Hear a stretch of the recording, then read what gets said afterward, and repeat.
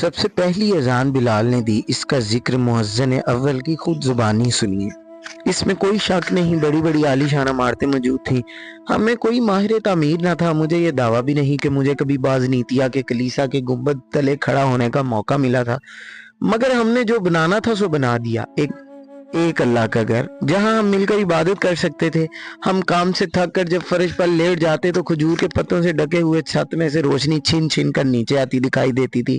حضرت حمزہ ہمارے کام کی تعریف یوں کرتے تھے، یہ تو حضرت موسیٰ کے پنگوڑے کی مانند ہے، اور اس تقابل کو پیغمبر خدا پسند فرماتے تھے۔ بے شک یہ خشک اور ٹھنڈا مقام تھا جو روح کو تازگی بخشتا، آنکھوں کو تراوت اور ایک سبز سائبان تھا۔ مسجد تو بن گئی تھی مگر ابھی بھی نامکمل تھی۔ میرے خیال میں حضرت علی نے ہمیں بتایا تھا کہ ابھی اس میں کسی شے کی کمی ہے، پھر چھت کی جانب اشارہ فرما کر بتایا وہاں کسی اشارے کی، مسلمانوں کو نماز کے بلانے کے لیے کسی طریقے کی۔ ایک لمحے کے اندر اندر ہم سب آگے پیچھے ہو رہے تھے، ہر کوئی اپنی اپنی تجویز دے رہا تھا۔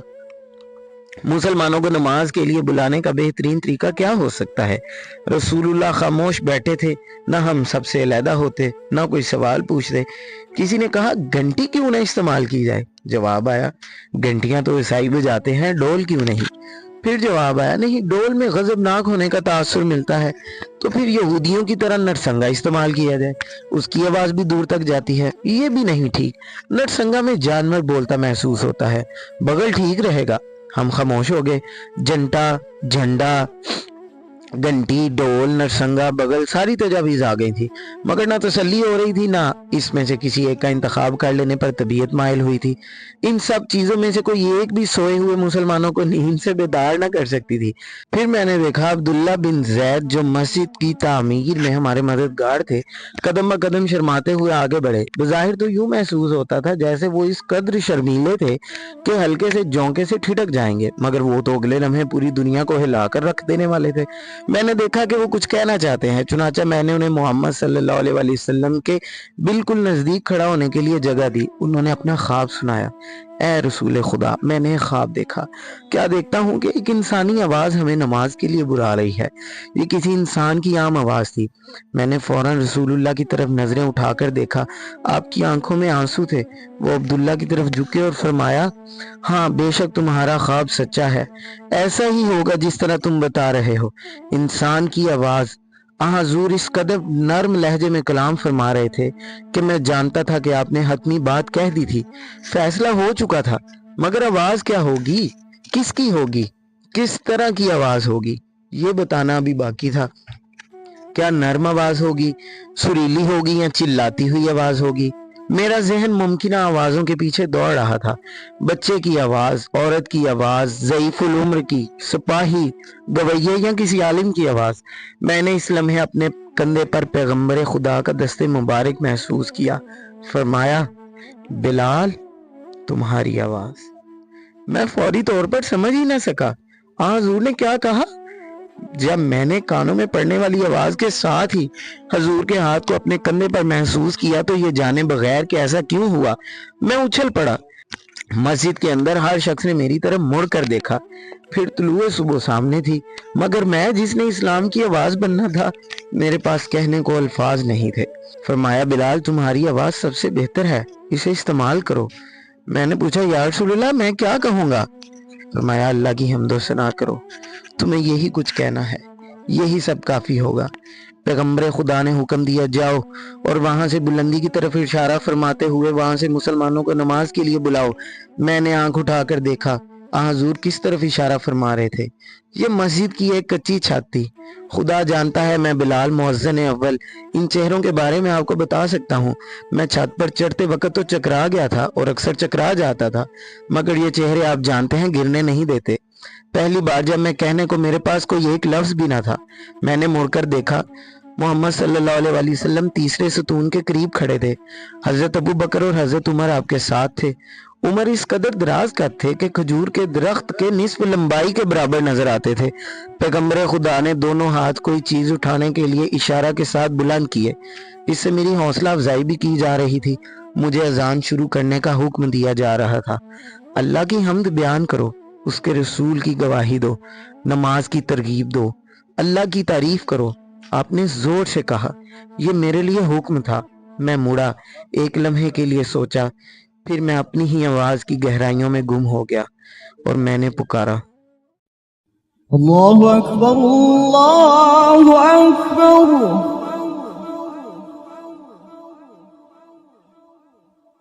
اللہ اکبر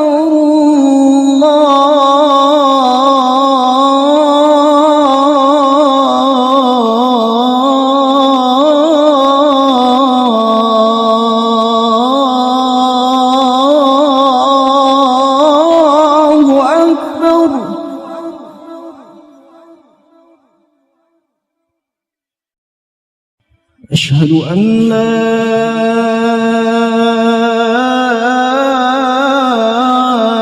إله إلا الله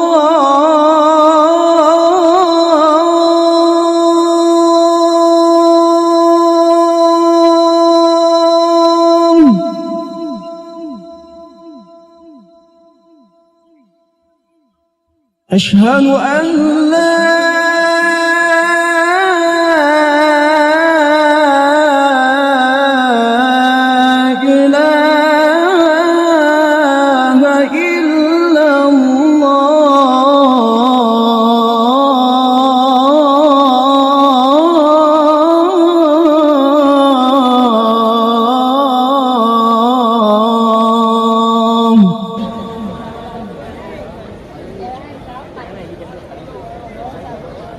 أشهد أن محمد رسول الله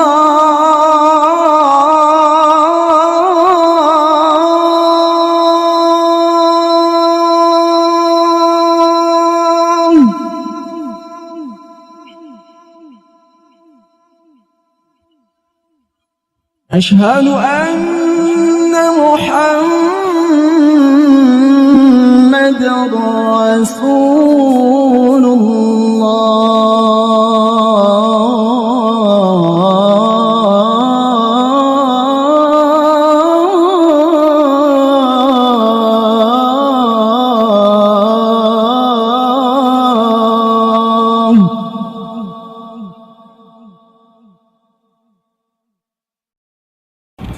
حي على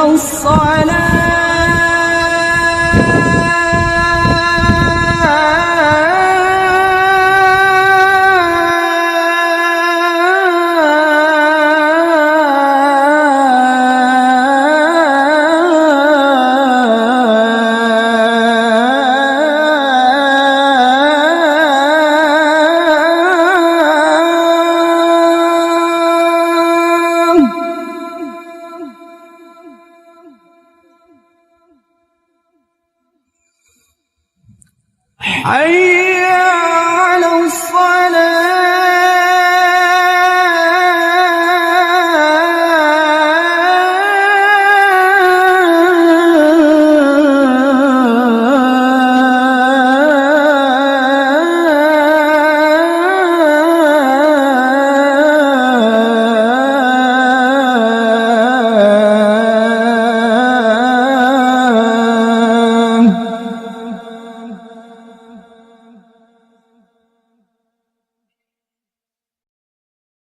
حي على الفلاح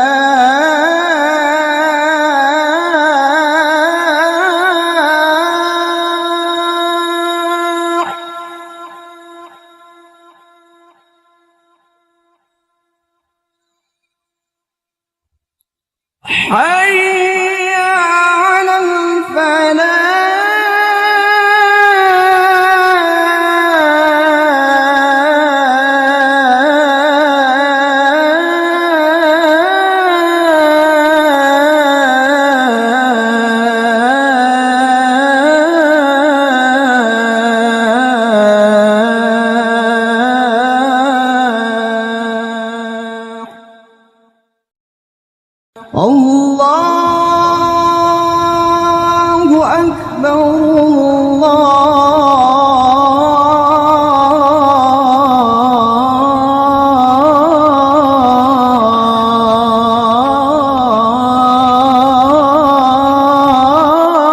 أكبر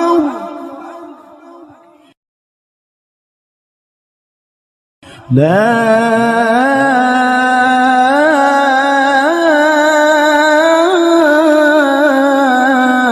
إله إلا الله.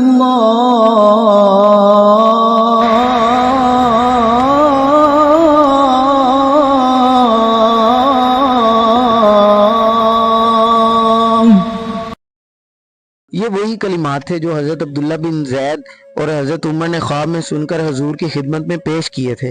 آپ نے ان کی تصدیق کر کے کہنے کا حکم دیا تھا۔ جب میں اذان دے کر چھت سے نیچے اترا تو محمد صلی اللہ علیہ وسلم نے مجھے اپنے قریب بٹھا لیا۔ تمام لوگ ہمارے ارد گرد جمع تھے۔ چند بچے ہنستے ہوئے آئے پھر بھاگ گئے۔ کس قدر خوبصورت جوڑی تھی۔ اللہ کے رسول ایک غلام زادے کے ساتھ تشریف فرما تھے۔ بہت دیر تک آپ خاموش رہے اور میں بھی اپنے تصورات میں گم تھا۔ پھر حضور امامت کے لیے اٹھے۔ آپ نے اٹھ کر مجھے اپنے بازوؤں میں لیتے ہوئے فرمایا، بلال تم نے میری مسجد کو مکمل کر دیا ہے۔ پھر میری اذان کے بعد مسجد میں موجود سب لوگوں نے خدا وحدہ لا شریک کی اطاعت میں اپنی جبینیں جھکا دی تھیں۔ سب کے سب سر بسجود تھے۔ مجھے بلال کو وہ زندگی عطا ہو گئی تھی جس کی اس نے تمنا کی تھی۔